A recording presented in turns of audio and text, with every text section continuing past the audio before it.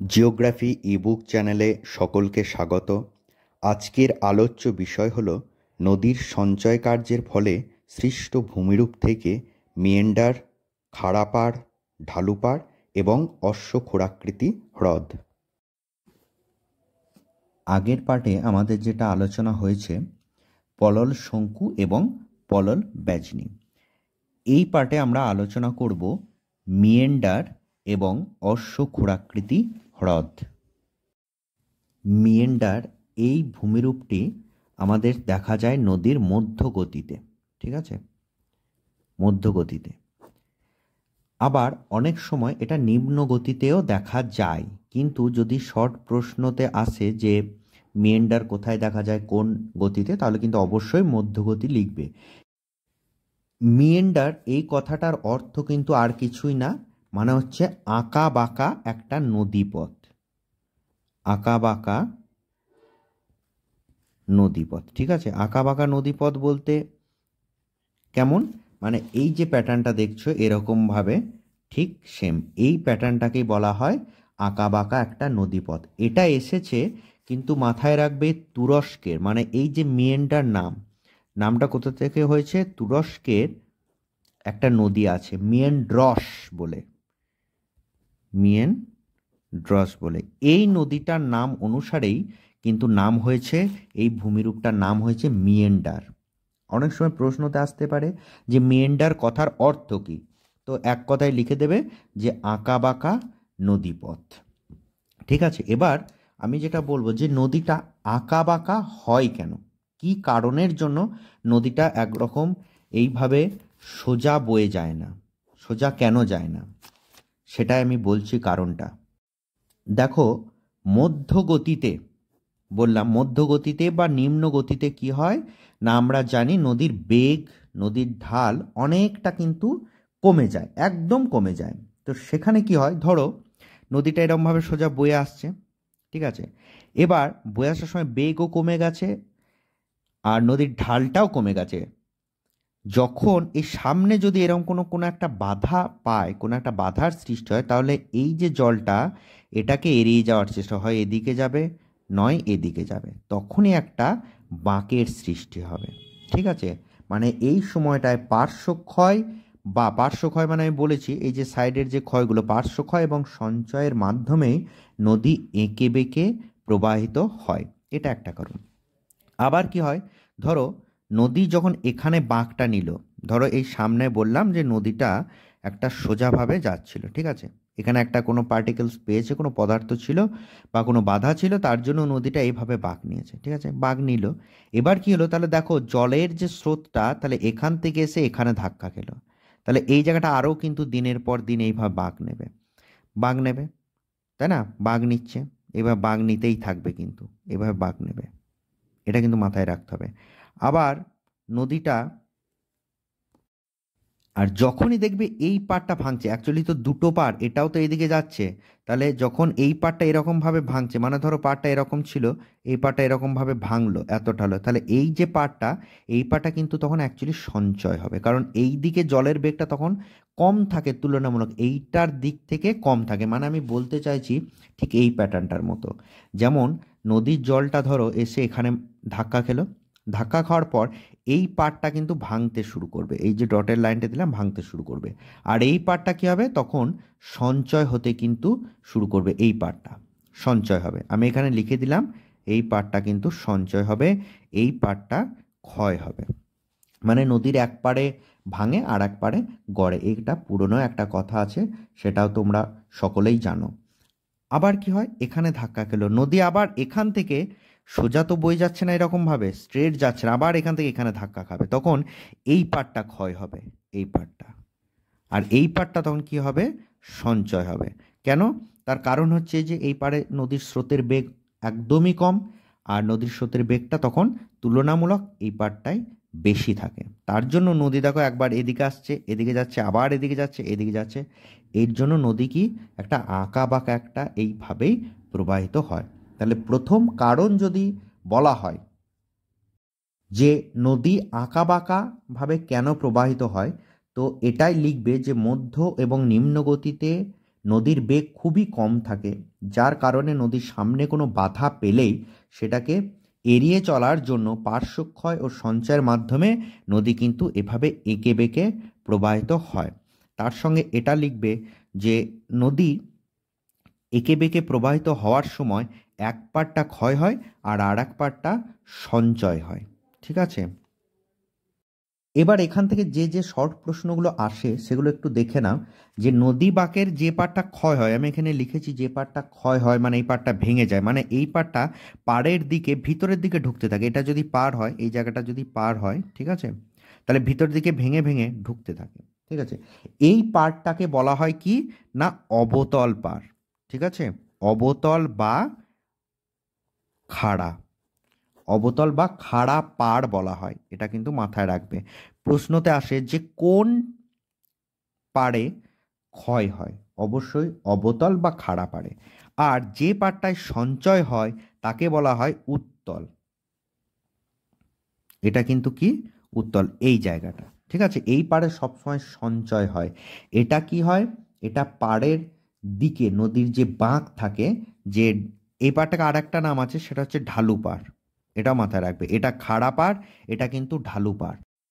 হ্যাঁ, যেটা আমি বলছিলাম, এই পাড়টা যেমন নদী পাড়ের দিকে ভিতরে মানে যত পাড় থাকে তত এই দিকটায় যায়।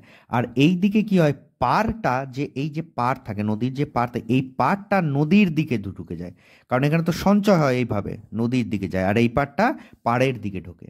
তো এটাই মাথায় রাখবে যে উত্তল বা ঢালু পাড়ের মধ্যে আমাদের সঞ্চয় হয়, আর অবতল বা খাড়া পাড়ের মধ্যে ক্ষয় হয়। এখানেও সেম, এই পার্টটাকে বলবো অবতল, এই পার্টটাকে বলবো উত্তল।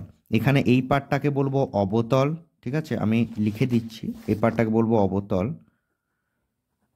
অবতল, আর এই পার্টটাকে বলবো উত্তল। ঠিক আছে, তাহলে যে পাড়ে সঞ্চয় হবে সেটা উত্তল বা ঢালু পাড়। এখান থেকে আর একটা জিনিস যেটা মাথায় রাখতে হবে, সেটা হচ্ছে এই যে যে পাড়টায় সঞ্চয় হয়, মানে এই যে উত্তল বা ঢালু পাড়, একে কিন্তু বলা হয় বিন্দু বার। অনেক সময় প্রশ্নতে আসে যে বিন্দু বার কাকে বলে, তো এটা লিখবে। অবতল আসে, উত্তলও আসতে পারে। পরবর্তী ভূমিরূপটা হলো অশ্ব ক্ষুরাকৃতি হ্রদ বা হর্স শু লেক, বা ইংরাজিতে আর একটা বলা হয় অক্স বো লেক। ঠিক আছে, অশ্বক্ষুরাকৃতি হ্রদটা নদীর মধ্যগতিতে কিন্তু লক্ষ্য করা যায়, যেমন মিয়েন্ডার মধ্যগতিতে লক্ষ্য করা যায়, ঠিক সেরকমভাবে মধ্যগতিতে অশ্বক্ষুরাকৃতি হ্রদও লক্ষ্য করা যায়। দেখো, প্রথমেই আমি বলেছিলাম যে নদী কি না মিয়েন্ডার মানে আঁকা বাঁকা এরকমভাবে প্রবাহিত হয়, আর যখনই যায় নদীটা বয়ে যাচ্ছে, ঠিক এখানে এসে জলটা এই পাড়ে ধাক্কা খায়, এটাকে বলা হয় কি না অবতল পাড়। আর যে পাড়ে দেখো সঞ্চয় হয়, রেড কালারে যেগুলো পলি সঞ্চয় হয়েছে, দেখতে পাচ্ছ পলি সঞ্চয় হয়েছে, সেই পাড়কে বলা হয় উত্তল পাড়। এখানে সঞ্চয়, আর এই জায়গাটা দেখো ক্ষয়, এ পাড়ে সঞ্চয় হচ্ছে, যে পাড়ে সঞ্চয় হবে ঠিক তার বিপরীত পাড়ে ক্ষয় হবে, এখানেও সেম। এবার আমি আগে মেন্ডার বোঝানোর সময় বলেছিলাম যে এখানে ধাক্কা খাচ্ছে, আর এই জায়গাটায় যদি পাড় থাকে তাহলে এ ভাঙতে থাকবে, এরকমভাবে ভাঙতে থাকবে, আর এই দিকের পাড়টা নদীর দিকে ভিতরে ঢুকতে থাকবে এরকম করে, তাই না? এখানে কিন্তু সেম হয়েছে, দেখো এই পাড়টা ভেঙে দেখো এরকমভাবে চলে গেছে। আবার দেখো এই পাড়টা এখান থেকে ধাক্কা খাচ্ছে, আবার এই পাড়ে এসে, মানে যত এখানে ধাক্কা খাবে এদিকটা তত এরকমভাবে বাড়তে থাকবে, তত এইভাবে বাড়তে থাকবে। ঠিক আছে, আবার এদিকটা সেম এইভাবে বাড়তে থাকবে, তাই না? এদিকটা সেম এইভাবে বাড়তে থাকবে, আর এদিকটা বাড়তে থাকবে, দিয়ে দেখো ঠিক এই প্যাটার্নটা আছে। আমি যদি এটাকে বাড়াই, দেখো ঠিক এরকমভাবে আসছে, দিয়ে আবার এইভাবে আসছে, দিয়ে এরকমভাবে কিন্তু উঠে যাচ্ছে, তাই না? এটাও সেম, সঞ্চয় হয়তো এদিকে জমা হচ্ছে, ঠিক এরকমভাবে আসছে, দিয়ে সঞ্চয় ঠিক এরকমভাবে নামছে, ঠিক এই প্যাটার্নটাই কিন্তু আমাদের আসবে, ঠিক এখানে সেম সেটাই এসেছে। এখানে তখন কি হচ্ছে, এই জায়গাটায় যখন অবতল ঢাল মানে ক্ষয় হচ্ছে, তখন এই পার্টটায় মানে উত্তল ঢালে পলি কিন্তু সঞ্চয় হচ্ছে। আর এই ক্ষেত্রে নদী যখন এই আঁকা বাঁকাভাবে বয়ে যাবে, তখন মাথায় রাখতে হবে নদীর অবতল বা খাড়া ঢালে যেখানে অ্যারোগুলো পাচ্ছি, এই যে দেখতে পাচ্ছ দিয়েছি, সেই জায়গাটায় কিন্তু জলের বেগটা বেশি হয়। উত্তল পাড়ে মানে এই জায়গাগুলো যেগুলো সঞ্চয় হয় সেখানে কিন্তু নদীর জলের বেগটা কম হয়, আর অবতল পাড়ে সবসময় জলের বেগটা বেশি হয়। তো নদী এখানে ধাক্কা খেলো, আবার এখানে এখানে খাচ্ছে, দিয়ে দেখো এখানে, তো এই জায়গাটায় কিন্তু পলি সঞ্চয় হচ্ছে। এবার ভাবো আবার এখানে ধাক্কা খাবে, এটা বাড়বে, আবার এটা বাড়তে থাকবে, এটা বাড়তে, এই যে এখানে ধাক্কা খাবে, আবার এই দিকটা বাড়তে থাকবে, আবার এই এই মাথাটা কিন্তু এরমভাবে বাড়তে থাকবে, আবার এইভাবে বাড়তে থাকবে, এভাবে বাড়তে থাকবে। একটা সময় কি হবে দেখো, এই মাথাটা বাড়তে বাড়তে, এই দিকটা বাড়তে বাড়তে দুটো একসঙ্গে টাচ করে যাবে, আর এই নিচের পোর্শনটা আলাদা করে পড়ে থাকবে। দেখো সেম তাই, এই দিকটা দেখো, এই জায়গাটা বুঝতে পারছো, এই জায়গাটা, এই জায়গাটা, এই জায়গাটা কি হয়েছে না, বাড়তে বাড়তে এতটা গেছে, এই জায়গাটা বাড়তে বাড়তে, আর কারণ এই যে এখান থেকে ধাক্কা খাচ্ছে তো এখানে এই জায়গাটায়, তো এই জায়গাটা তো বাড়বে, তাই না, এই জায়গাটা ধাক্কা খাচ্ছে, এই জায়গাটা বাড়বে, তো বাড়তে বাড়তে কী হবে, দুটো নদী একটা টাইমে কী হবে, সোজাভাবে প্রবাহিত হতে থাকবে, আর এই অংশটা নিচে সাইডে আলাদা করে পড়ে থাকবে। এটাকে দেখতে অনেকটা ঘোড়ার খুরের মতো, তাই এটাকে বলা হয় অক্সবো লেক বা অশ্ব খোরাকৃতি হ্রদ। এটাকে যেটা মাথায় রাখার বিষয় সেটা আমাদের রাখতে হবে কি না, নদীর উত্তল ঢালের মধ্যে আমাদের সঞ্চয় হয়, পলিটা সঞ্চয় হয়, আর অবতল ঢালের মধ্যে নদীর ক্ষয় হয়। ঠিক আছে, অশ্ব খোরাকৃতি হ্রদকে অনেক সময় আমাদের শর্ট হ্রদও বলা হয়, শর্ট হ্রদ এই নামও বলা হয়, অনেক বইয়ে এটাও দেখতে পাবে কিন্তু। ঠিক আছে, তো প্রশ্নতে যদি আসে ঘাবড়ে যাওয়ার কিছু নয়। আর কোথায় লক্ষ্য করা যায়, পশ্চিমবঙ্গের গঙ্গার বদ্বীপ অঞ্চলে কিন্তু অশ্বক্ষুরাকৃতি হ্রদ দেখা যায়, পশ্চিমবঙ্গে, ওয়েস্ট বেঙ্গলে দেখা যায়, কোথায়, গঙ্গার বদ্বীপে কিন্তু দেখা যায় অশ্বক্ষুরাকৃতি হ্রদ। হ্যাঁ, আর একটা উদাহরণ আমি দিইনি, মিয়েন্ডার কোথায় দেখা যায়, এটা কিন্তু মাথায় রাখবে, নদীয়ার জলঙ্গি নদীতে, জলঙ্গি, প্রত্যেকটা উদাহরণ দিয়ে থাকে, একটু চেষ্টা করবে পরীক্ষার সময় যখন লিখবে ভূমিরূপগুলো, অনেক সময় তো আসতে পারে যে নদীর সঞ্চয় কার্যের ফলে সৃষ্ট দুটি ভূমিরূপ চিত্র সহ ব্যাখ্যা করো, তুমি মিয়েন্ডার দেবে, তখন অবশ্যই উদাহরণটা দেবে যে নদীয়ার জলঙ্গি নদীতে মিয়েন্ডার কিন্তু লক্ষ্য করা যায়। তবে এই তিনটি চিত্র দিলেই যথেষ্ট অশ্বক্ষুরাকৃতি হ্রদের ক্ষেত্রে, মানে এটা 1 নাম্বার, এটা 2 নাম্বার, আর এটা 3 নাম্বার, তিনটে দিলেই যথেষ্ট অশ্বক্ষুরাকৃতি হ্রদ এরকমভাবে পয়েন্ট করবে। ঠিক আছে, তা এটা হয়ে গেল। আর একটা যেটা জানার আমাদের সেটা হচ্ছে নাকি এই মিয়েন্ডারের ক্ষেত্রে কি অনেকগুলো শর্ট প্রশ্ন আসতে পারে, যে বিন্দুবার কাকে বলে, এটাই যে উত্তল পাড়ে যেটা সঞ্চয় হয় মাথায় রাখবে সেটাকে বিন্দুবার বলে। ব্যাস, অবতল পাড়ে কি হয়, ক্ষয় হয়, প্রশ্নটা ঘুরিয়ে আসতে পারে যে ক্ষয় কোন পাড়ে হয়। ঠিক আছে, তাহলে অবতল পাড়, উত্তল পাড়, আর মিয়েন্ডার এবং অশ্বক্ষুরাকৃতি হ্রদ কিন্তু নদীর মধ্যগতিতে দেখা যায়। অনেক বইয়ে কিন্তু মধ্যগতি এবং নিম্ন গতিতেও দেওয়া আছে, তো আমি তোমাদেরকে এটাই বলবো যে মধ্যগতিতে কিন্তু মিয়েন্ডার বা মিয়েন্ডার এবং অশ্বক্ষুরাকৃতি হ্রদ এই দুটো কিন্তু লক্ষ্য করা যায়। যদি পরীক্ষায় প্রশ্ন আসে নিম্নগতি লিখবে না।